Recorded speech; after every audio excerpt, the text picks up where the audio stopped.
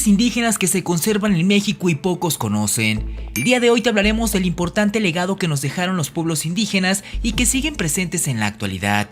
México es uno de los países que tiene una mayor riqueza cultural e histórica, razón por la cual nos deberíamos llenar todos de orgullo, sobre todo porque muchas de las costumbres y tradiciones nacionales provienen desde antes de la llegada de los españoles. Número 1. La medicina herbolaria. La medicina tradicional juega un papel importante en la cultura mexicana y sin duda es algo que se lo debemos a nuestros antepasados. Las plantas medicinales eran el recurso esencial al que los indígenas recurrían para la cura de sus enfermedades. Estas plantas eran utilizadas de diversas formas, como ungüentos, pócimas, vaporizantes, etc. Los pueblos de Mesoamérica descubrieron que hay plantas con propiedades curativas. Muchas siguen en uso, como la jalapa, el yahuacán, la zarzaparrilla, la valeriana, la papaya y el árnica. Además, esto les proporcionaba un orden y una organización, pues tenían médicos o tictl que dominaban ciertas especialidades, por ejemplo, parteros, hueseros o hierberos.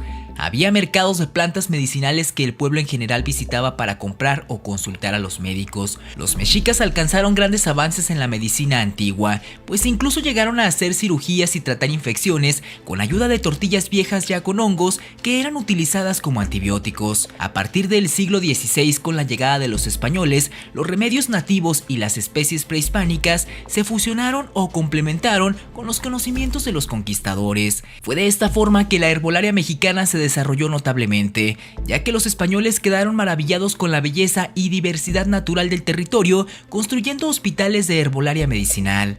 Actualmente la herbolaria mexicana constituye el patrimonio más importante de la cultura de nuestros pueblos ancestrales y representa la fuente de desarrollo de la medicina alternativa.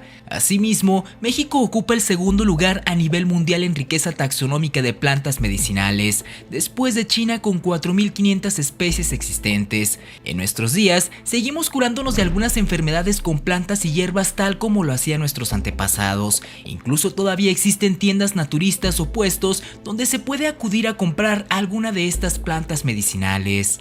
Número 2. La agricultura. Una de las herencias más importantes de Mesoamérica son los cultivos que desarrollaron sus habitantes y que se han extendido por el mundo. El maíz, la calabaza, el frijol, el aguacate, el jitomate, el tabaco, el hule, el cacao, el cacahuate, el amaranto, el chile y la chía son unos cuantos de estos productos. Los mesoamericanos también inventaron técnicas de cultivo intenso como las chinampas, las cuales se siguen utilizando por su alto rendimiento. En un comienzo los conquistadores españoles menospreciaron la agricultura de los pueblos nativos, volcándose principalmente hacia la minería. Sin embargo, los centros mineros no podían subsistir sin agricultura y ganadería, pues debían resolver los problemas de alimentación y transporte. Así que cerca de las minas pronto se establecieron haciendas y estancias cuya producción de trigo, carne de puerco, de res, mulas, maíz, cueros y cebo se dirigió a satisfacer las necesidades de la población minera. A lo largo de los siglos XVII y sobre todo XVIII, la agricultura se transformó en la actividad económica más importante de América. Ello se debió principalmente al crecimiento de la población, con el consiguiente aumento de la demanda de alimentos, a la valorización social que le otorgaba la posesión de la tierra, al establecimiento de numerosas haciendas y estancias en territorios que antes no se destacaban por su productividad. Y ha sido así como el maíz, el frijol y el chile, que eran la base de alimentación de los pueblos originarios, hoy en día siguen siendo fundamentales dentro de la dieta mexicana. Número 3. Utensilios de cocina. La mayoría de los utensilios que hoy en día se ocupan en la cocina mexicana fueron creados en la época prehispánica. Estos utensilios prehispánicos continúan vigentes ya que son importantes en la preparación de ciertos alimentos. A la llegada de los españoles a Mesoamérica, únicamente algunos de los materiales para su elaboración fueron cambiados. Y estoy seguro de que si te das una vuelta a tu cocina, encontrarás más de alguno de los siguientes utensilios, los cuales se los debemos a nuestros pueblos originarios. El comal, el cual se elaboraba de barro y era utilizado para cocer tortillas, asar chiles, calentar comida o tostar granos. Actualmente se fabrica de hierro, se le da el mismo uso y existen en diferentes tamaños y formas. El metate, donde los indígenas molían granos obteniendo harina para cocinar tortillas, atole y demás alimentos. Este utensilio no ha tenido alguna modificación, es una plancha de piedra volcánica con 4 patas que se sigue utilizando para elaborar tortillas. el molcajete, piedra volcánica con 3 pies que es utilizado para moler chiles, especias, hierbas, preparar salsas y moles. Pero eso no es todo, también existe el molinillo, que es una figura de madera que se utiliza para batir el chocolate, la prensa de tortillas, los anafres, cucharas de madera, platos y jarros de barro, los cuales en su inmensa mayoría se mantienen vigentes en el México moderno. Número 4. Los tianguis. La actividad del comercio no es para nada nueva y los tianguis ya existían desde antes de la llegada de los españoles. La palabra tianguis proviene del náhuatl tianguistli, que significa mercado. En el México prehispánico, el trueque fue el método más común para poder hacerse de productos o servicios que necesitaban y poner a disposición de otros lo que producían. De igual manera, se utilizaban como monedas el cacao o herramientas de cobre. A la llegada de los españoles quedaron fascinados con estos espacios comerciales. Bernal Díaz del Castillo, soldado de Hernán Cortés, hace minuciosas descripciones del mercado de Tlatelolco en la capital mexica. Desde que llegamos a la plaza que se dice Tlatelolco, como no habíamos visto tal cosa, quedamos admirados de la multitud de gente y mercaderías que en ella había. Pasemos adelante y digamos de los que vendían frijoles y chía, y otros legumbres y hierbas. Vamos a los que vendían gallinas, gallos de papada, guajolotes, conejos, liebres, venados, anadones, perrillos y otras cosas, por supuesto para comer. Y también los que vendían miel y melcochas y otras golosinas que hacían como muéganos. De esta manera es como en nuestro país los tianguis llegaron para quedarse. Actualmente hay en todas partes y suelen ser de mucha utilidad. La herencia de los tianguis hoy en día es una mezcla de tradiciones mercantiles de pueblos prehispánicos de Mesoamérica, incluyendo el azteca, y también de los bazares del Medio Oriente llevados vía España a América. La principal característica de los tianguis es que se ubican de manera semifija entre calles y en ciertos días designados por los usos y costumbres de cada población. Ahí la comunidad local adquiere productos, alimentos, ropa, electrodomésticos, entre muchas cosas más. En otros países se le conoce como mercado de pulgas, pero en México se le sigue haciendo honor a su origen prehispánico y por eso se mantiene la palabra indígena tianguis. Número 5. La comida. La cocina mexicana es una de las mayores tradiciones del mundo y está llena de ingredientes de origen prehispánico.